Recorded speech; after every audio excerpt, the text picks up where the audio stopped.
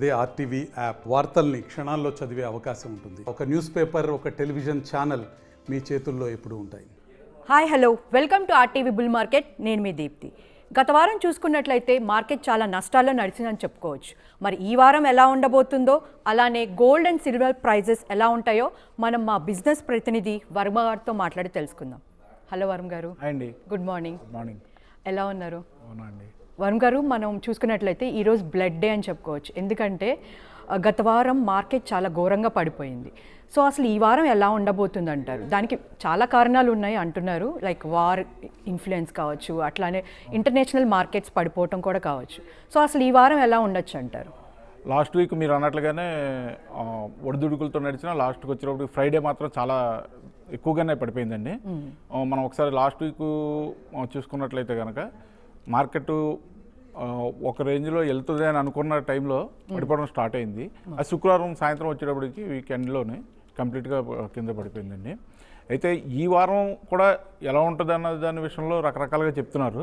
Experts చెప్పేది ఏంటంటే ఈ వారం కూడా స్టాక్ మార్కెట్ కొంచెం డౌన్లోనే ఉండొచ్చు అనే చెప్తున్నారు. దానికి కూడా ఇంటర్నేషనల్ కారణాలు ఉన్నాయి. రెండోది ఏంటంటే మన రెపో రేటు కూడా ఆర్బీఐ రెపో రేటు ప్రకటించబోతుంది. ఒకవేళ రెపో రేటు ప్రకటించిన తర్వాత ఏమన్నా కొద్దిగా చేంజెస్ ఏమన్నా వస్తాయేమో చెప్పలేము. సో ఇప్పుడైతే మాత్రం ప్రస్తుతం మా ఎక్స్పర్ట్స్ చెప్తున్నది ఏంటంటే మార్కెట్ తక్కువలోనే ఉండొచ్చు, డౌన్లోనే ఉండొచ్చు అని చెప్తున్నారు.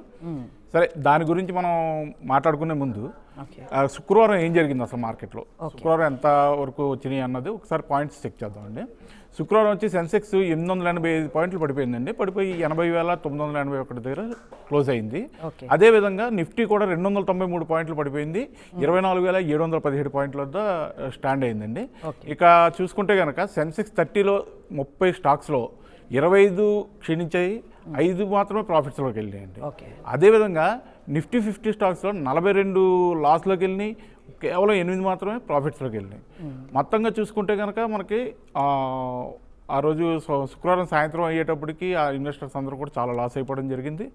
సో శుక్రవారం జరిగింది, సోమవారం ఈరోజు కూడా కంటిన్యూ అవుతుందా లేదా, ఏమైనా స్టాక్ మార్కెట్లో ఏమైనా మార్పులు వచ్చే అవకాశం ఉందా, ఈ పరిస్థితులు ఎలా ఉండబోతున్నాయి, స్టాక్ మార్కెట్లో ఇన్వెస్టర్స్ ఏం చేయాలి, ఇప్పుడున్న పరిస్థితుల్లో స్టాక్ మార్కెట్ ఇన్వెస్టర్స్ ఎటువైపు మొగ్గు చూపితే మంచిగా ఉంటుంది అనే విషయాలు చెప్పడానికి మనకి SEBI certified analyst doctor Anil Kumar గారు మనతో ఉన్నారు. ఆయన అడిగి అన్ని విషయాలు తెలుసుకుందాం. గుడ్ మార్నింగ్ అనిల్ కుమార్ గారు. గుడ్ మార్నింగ్ అండి. గుడ్ మార్నింగ్ అనిల్ గారు. గుడ్ మార్నింగ్ అండి. అనిల్ గారు, శుక్రవారం వచ్చి స్టాక్ మార్కెట్ కింద పడిపోయింది. మనం ఆ రోజు ఉదయం కూడా అనుకున్నాము ఈరోజు పెద్దగా ఉండకపోవచ్చు, కిందకి దిగే అవకాశం ఉందని చెప్పి మీరు కూడా చెప్పారు. సేమ్ అలా అనుకున్నట్లుగానే శుక్రవారం బాగా డౌన్ అయింది. సో అదేమన్నా ఈరోజు ఏమైనా పుంజుకునే అవకాశం ఉందంటారా, లేదంటే ఇంకా డౌన్ అయ్యే అవకాశం ఉందా? ఒకవేళ ఇప్పుడున్న మార్కెట్ పరిస్థితుల్లో ఏ రకంగా ఉండే అవకాశం ఉంది, ఈ వారం అంతా కూడా ఎలా ఉండే పరిస్థితి ఉందన్నది ఒకసారి వివరించగలుగుతారా? ఈరోజు కూడా శుక్రవారం అంతకన్నా ఎక్కువగా డౌన్ అయ్యే అవకాశాలు ఉన్నాయి. One of the major reason ఏంటంటే, కారణం ఏంటంటే జపనీస్ కరెన్సీ అనేది వాల్యూ పెరుగుతోంది. యూజువల్లీ అంటే ఈ అన్నిటికీ కారణం ఫస్ట్ ప్రైమరీ రీజన్ అదే అనమాట. ఏంటంటే క్యారీ ట్రేడ్ అంటారు, క్యారీ ట్రేడ్.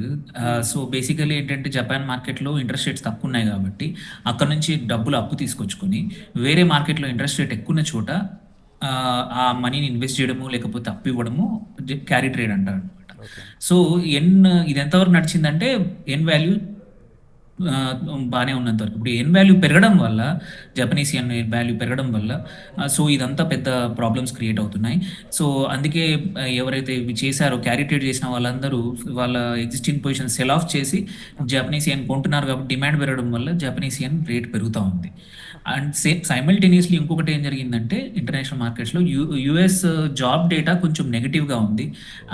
దానివల్ల ఏమైందంటే రిసెషన్ ఫియర్స్, అంటే రిసెషన్ రావచ్చు అనే భయం యుఎస్లో పెరిగిపోయింది.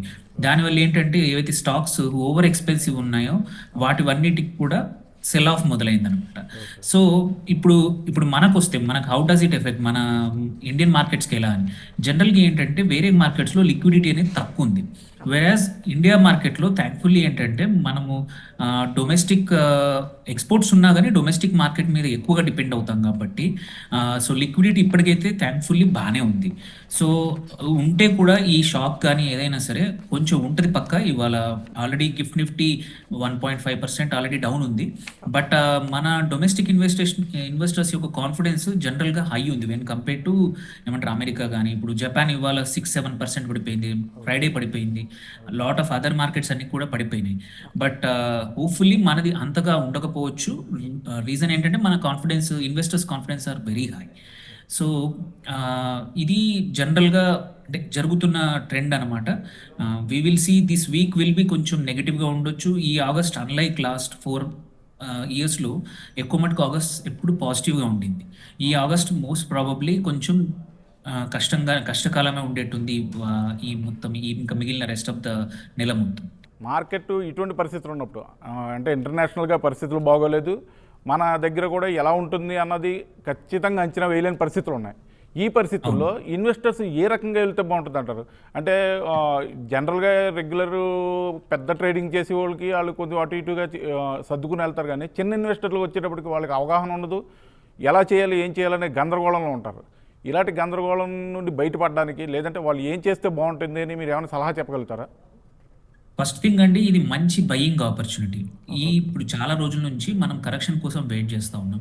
ఎవరైతే డబ్బులు పెట్టుకొని వెయిట్ చేస్తూ ఉన్నారో ఈ వీక్ ఫిషింగ్ అంటే ఏమంటారు మంచి స్టాక్స్ పట్టే అవకాశం ఉంది, మెల్లిగా ఎంటర్ కావచ్చు. కాకపోతే ఇవాళ ఒక్కరోజు కొంచెం జాగ్రత్తగా ఉంటే మంచిది. సో మన ఇండియన్ మార్కెట్స్ రెసిలియన్స్ అంటే ఎంతవరకు తట్టుకుంటాయి గ్లోబల్ షాక్స్ అనేది ఇవాళ ఈ 2-3 రోజుల్లో మనకు తెలుస్తుంది. ఇప్పుడు ఏంటంటే ఏవైతే స్టాక్స్ వెరీ హై వాల్యుయేషన్స్ ఉండి అంటే చాలా రోజుల నుంచి కరెక్షన్ లేని స్టాక్స్ ఉన్నాయి. క్వైట్ అ ఫ్యూ స్టాక్స్లో ఏమైనా సరే మన డిఫెన్స్ స్టాక్సే కానీ మెనీ స్టాక్స్, చాలా స్టాక్స్లో అవన్నిటికీ ఓపిక్గా పట్టి ఇప్పుడు ఈ వీక్ తర్వాత ఈ వీక్లో మెల్లిగా ఎంటర్ అవ్వడం ఈవెన్ చిన్న ఇన్వెస్టర్స్ అయినా సరే పెద్ద ఇన్వెస్టర్స్ అయినా గుడ్ స్ట్రాటజీ అనమాట. సో ఇట్లాంటి ఆపర్చునిటీ జనరల్గా రేర్గా వస్తుంది. వచ్చినప్పుడు తక్కువ పడిపోయిన స్టాక్స్ని కొనడం గుడ్ ఆపర్చునిటీ ఇప్పుడు. అండ్ కమింగ్ టు ఇవాళ ఏంటంటే క్వైట్ అ ఫ్యూ కంపెనీస్ కూడా రిజల్ట్స్ అనౌన్స్ చేస్తూ ఉన్నాయి. సో ఇవాళ మనం చూసుకుంటే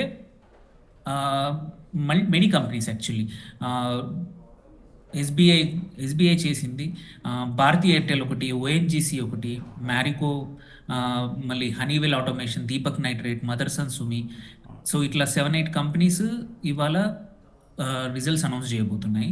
అండ్ కొన్ని స్టాక్స్ ఈవెన్ ఇట్లాంటి టైంలో కూడా జనరల్గా ఏంటంటే డిఫెన్సివ్ స్టాక్స్ కిక్ అవుతాయి ఇండియన్ మార్కెట్లో. బట్ ఇవాళ చెప్పలేము. డిఫెన్సివ్ స్టాక్స్ వచ్చేసి ఇండియాలో ఎక్కువ మటుకు consumption stocks. So consumption stocks అంటే ఏంటంటే మన ఏమంటారు హెచ్యుఎల్ లాంటి స్టాక్స్ ఇవన్నీ బాగా పర్ఫామ్ చేసే అవకాశాలు ఉన్నాయండి ఇవాళ. అనిల్ గారు, ఇంకొక విషయం ఏంటంటే మన ఆర్బీఐ రెపో రేటు ప్రకటించడానికి కూడా టైం దగ్గరికి వచ్చినట్టుంది. 8వ తారీఖున ప్రకటిస్తారని చెప్పేసి అని అంటున్నారు. ఒకవేళ 8వ తారీఖు రెపో రేటు ప్రకటిస్తే రెపో రేటు పెరిగే అవకాశం ఉందా, తగ్గే అవకాశం ఉందా, లేకపోతే అలాగే స్టాండ్గా అలాగా ఉంచే అవకాశం ఉందా? అంటే గ్లోబల్ మార్కెట్స్ ఇలాగున్న పరిస్థితుల్లో మొన్న అమెరికన్ బ్యాంక్స్ విషయంలో కూడా జరిగిన విషయం ఇవన్నీ చెక్ చేసుకుంటే కనుక మన మార్కెట్స్ ఎలా మన రెపో రేట్ ఎలా ఉంచడానికి ఆర్బీఐ ట్రై చేయొచ్చు. మన రెపో రేటు తగ్గే అవకాశం ఉందండి. మనది ఒకటే కాదు, ఆల్రెడీ నేను ఒక 1 వీక్ బ్యాక్ చెప్పాము, బ్యాంక్ ఆఫ్ ఇంగ్లాండ్ చేసింది. ఇప్పుడు ఈ వీక్ యుఎస్ కూడా నెక్స్ట్ క్వార్టర్లో కంపల్సరీ తగ్గిస్తుంది. మన కూడా తగ్గించే అవకాశాలు ఇప్పుడు ఈ వారం కాకపోయినా చెప్పుద్ది ఎప్పటి నుంచి అనేది. ఎందుకంటే హై టైం అనమాట, ఇంట్రెస్ట్ రేట్స్ ఎక్కువ ఉన్నాయి, రెపో రేట్ తగ్గే అవకాశాలు చాలా ఎక్కువ ఉన్నాయి. ఆర్బీఐ కూడా అంతే. సో లాస్ట్ టైంలోనే అన్నారు నెక్స్ట్ టైం నెక్స్ట్ క్వార్టర్ నుంచి మనం తక్కువ చేసే అవకాశం ఉందన్నారు. సో తక్కువయ్యే అవకాశాలు ఉన్నాయండి. ఇప్పుడు రెపో రేట్ ఒకవేళ తగ్గితే కనుక మన మార్కెట్లకి ఏమన్నా అది బెనిఫిట్ అవుతుంది అంటారా? ఇన్వెస్టర్స్కి ఏమన్నా అప్పుడు మళ్ళీ ఏమన్నా ప్రాఫిట్స్లోకి వెళ్ళే అవకాశం ఉంటుంది అంటారా? రెపో రేట్ తగ్గడం జనరల్గా ఈక్విటీకి మంచిదండి. రెపో రేట్ తగ్గడం వల్ల ఏంటంటే డెట్ అనేది చీపర్ అవుతుంది. But at the same time కొన్ని సెక్టర్స్, బ్యాంకింగ్ సెక్టర్స్కి వాటికి ఎఫెక్ట్ అవ్వచ్చు. బట్ ఆన్ ద హోల్ జనరల్గా రెపో రేట్ తగ్గడం మంచిదే. లిక్విడిటీ పెరుగుతుంది. లిక్విడిటీ పెరగడం వల్ల ఏమంటారు బ్యాంక్స్ కానీ ఎక్కువ అప్పులు ఇచ్చే అవకాశం ఉంది. అప్పులు ఇస్తే ఆబ్వియస్లీ మార్కెట్ కూడా అంటే లిక్విడిటీ పెరగడం వల్ల వాళ్ళు డిస్పర్స్ చేస్తారు కాబట్టి కంపెనీస్ కూడా వాడుకొని దాన్ని ఎక్కువగా ఇన్వెస్ట్ చేసే అవకాశాలు ఉన్నాయన్నమాట. సేమ్ వే అక్కడ కూడా అంతే, యూఎస్లో కూడా రెపో రేట్ పెరగడం, రెసెషన్ ఫియర్ ఉంది కాబట్టి కంపల్సరీ అక్కడ యుఎస్ ఫెడ్ కూడా కంపల్సరీ ఇంట్రెస్ట్ రేట్స్ తక్కువ చేసే అవకాశాలు ఉన్నాయి. దానివల్ల కూడా మనకి ఇండియన్ మార్కెట్స్కి ఎప్పుడు బెనిఫిటే. కొన్ని స్టాక్స్ ఉన్నాయి ఈవెన్ ఇవాళ కూడా కొన్ని స్టాక్స్ చూసి తీసుకోవడం మంచిదే, కొన్ని అవకాశాలు ఉన్నాయి. సో ఒకటి వచ్చేసండి హిమాద్రి స్పెషాలిటీ కెమికల్స్ 467 దగ్గర ఉంది, 510 వరకు స్కోప్ ఉందండి. ఇంకోటి అలంబిక్ ఫార్మా, ఇది వచ్చేసి 147 దగ్గర ట్రేడ్ అవుతుంది, 160, 165 వరకు కూడా అవకాశం ఉంది. అలాగే అదాని విల్మార్ లాస్ట్ వీక్ కూడా చెప్పాను, ఇట్ ఈస్ డూయింగ్ గుడ్, 380 దగ్గర ఉంది, 425 వరకు మనకు స్కోప్ ఉంది. ఇంకోటి బ్యాంకింగ్ సెక్టర్లో small caps banking stock జేఎండ్కే bank, Jammu and Kashmir bank, currently 116 దగ్గర ఉంది, 135 వరకు కూడా ట్రేడ్ అయ్యే అవకాశం ఉంది. అలాగే కైతాన్ కెమికల్స్ 92 దగ్గర ట్రేడ్ అవుతుంది, 97, 98 వరకు వెళ్ళొచ్చు. లాస్ట్ వచ్చేసి పోకర్నా గ్రానైట్స్ 771 దగ్గర ట్రేడ్ అవుతుంది, 805 వరకు మనం 810 వరకు ఎక్స్పెక్ట్ చేయొచ్చు. సో ఇవాళ కొంచెం జాగ్రత్తగా ఉండి, అంటే ఇవాళ అంటే ప్యానిక్ ఉంటుంది, ప్యానిక్ సెల్లింగ్ ఉంటుంది. సో ప్యానిక్ సెల్లింగ్ ఉన్నప్పుడు చూసుకోండి. మన ఏంటంటే ఇట్లాంటప్పుడు ఏంటంటే మన ఇన్వెస్టర్స్ యొక్క మెటీరియల్ అనేది బయటపడుతుంది అనమాట. So be careful, trade carefully అండి. అనిల్ గారు, ఇంకా చివరికి ఒక్క క్వశ్చన్ అండి. మన ఫారిన్ ఇన్వెస్టర్స్ లాస్ట్ వీక్ చూసుకుంటే దగ్గర 13,000 కోట్ల రూపాయల వరకు వెనక్కి తీసుకున్నారు. ఎట్ ది సేమ్ టైము మన డిఐఎస్ కూడా 17,000 crores వరకు ఇన్వెస్ట్ చేశారు. సో అది బ్యాలెన్స్ అయింది లాస్ట్ వీక్లో, ఆల్మోస్ట్ బ్యాలెన్స్ అయింది. సో ఈ వీక్ కూడా ఫారిన్ ఇన్వెస్టర్స్ అలా ఏమైనా ఇంకా వెనక్కి వెళ్ళే అవకాశం ఉందంటారా, లేదంటే స్టేబుల్ అయ్యే అవకాశం ఉందంటారా? ఈ వీక్ కూడా అలాగే ఉండే అవకాశం ఉంది. బికాజ్ ఒకసారి సెంటిమెంట్ ఇప్పుడు నెగిటివ్గా ఉన్నప్పుడు ఎఫ్ఐఐస్ వచ్చి ఇండియాలో ఇప్పుడు ఇన్వెస్ట్ చేయడం అనేది కొంచెం కష్టం ఇప్పుడు బయటకు వచ్చి. So domestic investors, institutional investor ఎవరైతే క్యాష్తో వెయిట్ చేస్తూ ఉన్నారో దే విల్ బీ వెయిటింగ్ అండి. యాక్చువల్లీ ఏంటంటే ఎఫ్ఐఐస్ సెల్ చేసి వెళ్ళిపోవచ్చు, అవన్నిటిని మన వాళ్ళు కొనే అవకాశాలు ఉన్నాయి. ఎందుకంటే వాళ్ళకి లిక్విడిటీ ఇష్యూ ఉంది అక్కడ కాబట్టి వాళ్ళు అమ్మేసుకొని తీసేసుకోవాలి క్యాష్. అండ్ మన వాళ్ళ దగ్గర most of the time thankfully మన ఇండియన్ సేవింగ్సే అనుకోండి, ఇండియన్ ఎస్ఐపిసి అనుకోండి, ఇవన్నిటికి కూడా ఇన్స్టిట్యూషన్స్ కూడా ఎవ్రీ మంత్ ఆన్ మంత్ 20 నుంచి 24,000 కోట్లు, 25,000 కోట్ల వరకు ఫ్రెష్ ఇన్వెస్ట్మెంట్ వస్తుంది వీటి రూపంలో. సో అందుకే డిఐఎస్ విల్ బై. సో అంటే ఎంత డౌన్ అవుతుందో తెలియదు, but when compare to other markets Indian market will do, అంటే తక్కువ పడిపోతుంది అనేది మాత్రం మనకు తెలుసు. సో అది ఎంత బాగా ఉంటుంది అనేది బట్టి మళ్ళీ ఎఫ్ఐఐస్ ఎప్పుడు వస్తారనేది తెలుస్తుందండి రిటర్న్. థ్యాంక్స్ అనిల్ కుమార్ గారు, మంచి విషయాలు చెప్పారు స్టాక్ మార్కెట్కి సంబంధించి. ఈరోజు బ్లడ్ మార్కెట్ ఉండొచ్చని మీరు చెప్తున్న దాన్ని బట్టి అర్థమవుతుంది. ఫారిన్ ఇన్వెస్టర్స్ కూడా మన దగ్గర నుండి బయటకు వెళ్ళడానికే చూస్తారని చెప్తున్నారు. అదేవిధంగా స్టాక్ మార్కెట్లో ఇన్వెస్ట్ చేస్తున్న చిన్న ఇన్వెస్టర్లు చాలా జాగ్రత్తగా ఉండాల్సిన సమయం అని చెప్తున్నారు. కొనాల్సి వస్తే కనుక షేర్లను జాగ్రత్తగా ఆలోచించుకుని షేర్లను కొనుక్కోవాల్సిందిగా సూచిస్తున్నారు. అనిల్ కుమార్ గారు చెప్పినట్టుగా ఈ వీక్ కూడా మనకి స్టాక్ మార్కెట్ పెద్దగా పుంజుకునే అవకాశం అయితే కనిపించడం లేదు. ఇలాంటి ఒడిదుడుకులు ఉన్న పరిస్థితుల్లో ఇన్వెస్టర్స్ జాగ్రత్తగా ఉండాల్సిన అవసరం ఉంది. మీరు ఇన్వెస్ట్ చేయాలనుకున్నప్పుడు మీ పర్సనల్ ఫైనాన్స్ అడ్వైజర్ని కనుక్కొని వారి సూచనలు సలహాల మేరకు మీ ప్రొఫైల్ చెక్ చేసుకుని దాన్ని బట్టి ముందుకు వెళ్ళాల్సిందిగా ఆర్టీవీ సూచిస్తుంది. Thank you. ఈరోజు అసలు బంగారం ధరలు, వెండి ధరలు ఎలా ఉండబోతున్నాయో మనం వర్మ గారితో మాట్లాడి తెలుసుకుందాం. వర్మ గారు చెప్పండి, మనం లాస్ట్ వీక్ చూసుకున్నట్లయితే గోల్డ్ రేట్స్ పెరిగాయని చెప్పుకోవచ్చు. మరి అసలు ఈ వారం ఎలా ఉండబోతుంది అంటారు? నిజమేనండి. లాస్ట్ వీక్ మనం యాక్చువల్గా బడ్జెట్ టైంలో గోల్డ్ రేట్స్ పడిపోయినాయి ఒకసారి, మళ్ళీ తర్వాత మళ్ళీ పెరిగినాయి. లాస్ట్ వీక్ కింద పైన నడుస్తూ లాస్ట్కి వచ్చేటప్పటికి కొంచెం ఎక్కువగానే నిలబడ్డాయి, ఎక్కువ రేట్లలోకి వెళ్ళినాయి గోల్డ్ రేట్స్. సో ఒక్కసారి లాస్ట్ వీక్ ఏం జరిగింది అన్నది లాస్ట్ వీక్ అంతా ఒకసారి చూస్తే కనుక జూలై 29 సోమవారం వీక్ స్టార్ట్ అయిందండి. ఆ స్టార్ట్ అయినప్పుడు 22 క్యారెట్ల బంగారం హైదరాబాద్లో 10 గ్రాములకి 63,400 రూపాయలుగా ఉందండి. ఆ తర్వాత అది ఆదివారం అంటే నిన్నటికి ఆగస్టు 4 నాటికి 64,700 రూపాయలకి చేరుకుందండి. అదేవిధంగా 24 క్యారెట్ల బంగారం తీసుకుంటే 10 గ్రాములకి గత వారం స్టార్టింగ్లో 10 గ్రాములకి 69,160 రూపాయలు ఉంది. అది వారం చివరికి అంటే ఆదివారం నిన్నటికి వచ్చేటప్పటికి 70,580 రూపాయలకి చేరుకుందండి. ఇది చూడడానికి చాలా తక్కువగానే కనబడుతున్నాయి నెంబర్స్, కానీ ఏమైందంటే మధ్యలో ఒక్కసారి పెరిగి మళ్ళీ ఒక్కసారి డౌన్ అయింది. ఓకే. సో అంటే అప్ అండ్ డౌన్స్ చాలా ఎక్కువ వచ్చినాయండి లాస్ట్ వీక్. అదేవిధంగా వెండి విషయం చూసుకుంటే కూడా వెండి కూడా బంగారంలాగే పరుగులు తీసింది. అయితే గత వారం స్టార్టింగ్లో జూలై 29వ తారీఖున 89,500 రూపాయలు హైదరాబాద్లో ఉంటే ఆగస్టు 4 నాటికి అంటే నిన్నటికి వచ్చేటప్పటికి 90,100 రూపాయలకి వెండి చేరుకుందండి కేజీకి. సో ఈ వేరియేషన్ మీకు తక్కువగానే కనిపించవచ్చు, కానీ వారం మధ్యలో ఒడిదుడుకులు చాలా ఎక్కువ వచ్చినాయి. సో బంగారం సేమ్ అదే పద్ధతిలో ఈ వారం కూడా ఉండొచ్చు అని చెప్పి ఎక్స్పర్ట్స్ చెప్తున్నారు. ఎక్స్పర్ట్స్ అంచనా ప్రకారం ఏంటంటే ఆల్రెడీ ఈవేళ గ్లోబల్ మార్కెట్లో గోల్డ్ రేటు బాగా పడిపోయింది. సో ప్రస్తుతం బంగారం రేట్ ఎలా ఉండొచ్చు అండి? సో ఆ రేటుని డిపెండ్ చేసుకునే మన రేట్లు ఉంటాయి. అయితే ఈ రోజు వచ్చి బంగారం రేట్లు ఎలా ఉన్నాయంటే హైదరాబాద్లో 22 క్యారెట్ల బంగారం 10 గ్రాములకి 63,400 రూపాయలు ఉందండి. అలాగే 24 క్యారెట్ల బంగారం 10 గ్రాములకి 70,580 రూపాయలు ఉందండి. అదేవిధంగా ఢిల్లీలో 22 క్యారెట్ల బంగారం 64,840 రూపాయల దగ్గర ఉంది. అలాగే 24 క్యారెట్ల బంగారం ఢిల్లీలో 10 గ్రాములకి 70,580 రూపాయలుగా ఉందండి. సో బంగారం ప్రస్తుతం మార్కెట్ స్టార్ట్ అయ్యే టైంకి ఉన్న రేట్లు ఇవి. అదే మనం వెండి విషయానికి వస్తే కనుక వెండి కేజీకి హైదరాబాద్లో 90,100 రూపాయల దగ్గర ఉంది.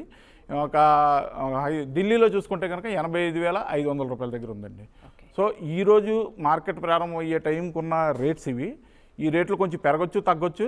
ఇంకొకటి ఏంటంటే గ్లోబల్గా మాత్రం ఇప్పుడున్న సిచ్యువేషన్లో గ్లోబల్గా మార్కెట్ రేట్లు తగ్గినాయి.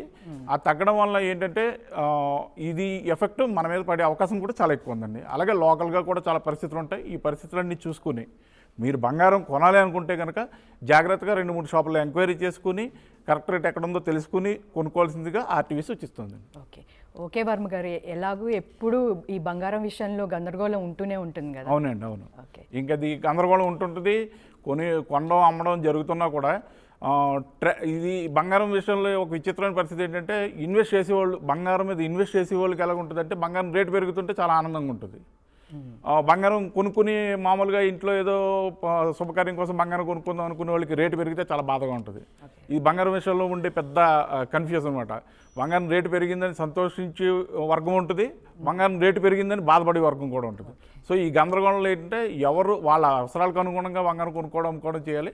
ఇన్వెస్టర్స్కి మాత్రం బంగారం ఇప్పుడున్న రేట్లు ఇప్పుడున్న పరిస్థితుల్లో చూస్తే కనుక ఇన్వెస్టర్స్ కూడా ఇప్పుడు బంగారం కొనుక్కోవడం మంచిదండి. ఇన్వెస్టర్స్ తక్కువ రేట్లో ఉన్నాయి కాబట్టి.